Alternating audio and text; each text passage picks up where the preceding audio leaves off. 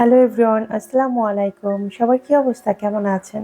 I hope সবাই ভালো আছেন। আজকে নতুন একটি আনবক্সিং ভিডিও নিয়ে আপনাদের মধ্যে হাজির হলাম। আজকে আমি অনেক কিউট কিছু জিনিস নিয়েছি, সেগুলো দেখিয়ে দিচ্ছি। প্রথমে দেখিয়ে দিচ্ছি আপু আমাকে কি গিফট হিসেবে দিয়েছে সেগুলো। কত কিউট একটা মোড়া দিয়েছে। মোড়া না, সরি, এটাকে পিঁড়ি বলি আমরা, আপনারা কি বলেন জানি না, অথবা টুলো বলা চলে। আর দিয়েছে একটা বেলচা, একটা সাবান কেস, মানে এত কিউট দেখেই না অনেক ভালো লেগে গেছে। আর মূলত আমি আজকে এই দেখেন স্বর্ণের কিছু হাঁড়ি পাতিল নিয়েছি।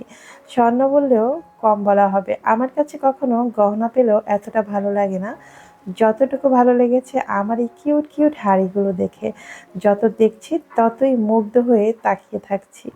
অনেকদিন পর্যন্ত অনলাইনে এই হাঁড়িগুলো আমার চোখের সামনে আসছিল, কিন্তু ভাবছিলাম এগুলো কি অরিজিনাল যেমন দেখছি তেমনটা হবে কি না।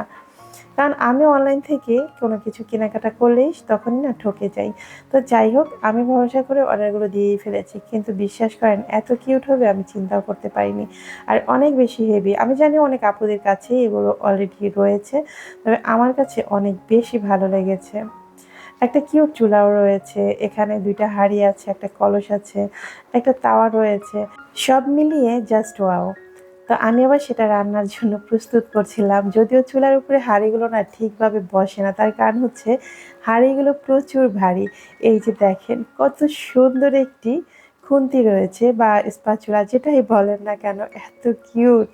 মানে আমি দেখে কি বলবো বুঝতে পারছি না। আর এইটা আমার সবথেকে শখের হাঁড়ি বলতে পারেন। এটার জন্যই আমি সবকিছু আরো বেশি অর্ডার করেছি। সেটটা ছিল আলাদা আর এই হাঁড়িটা কিন্তু সম্পূর্ণ আলাদা।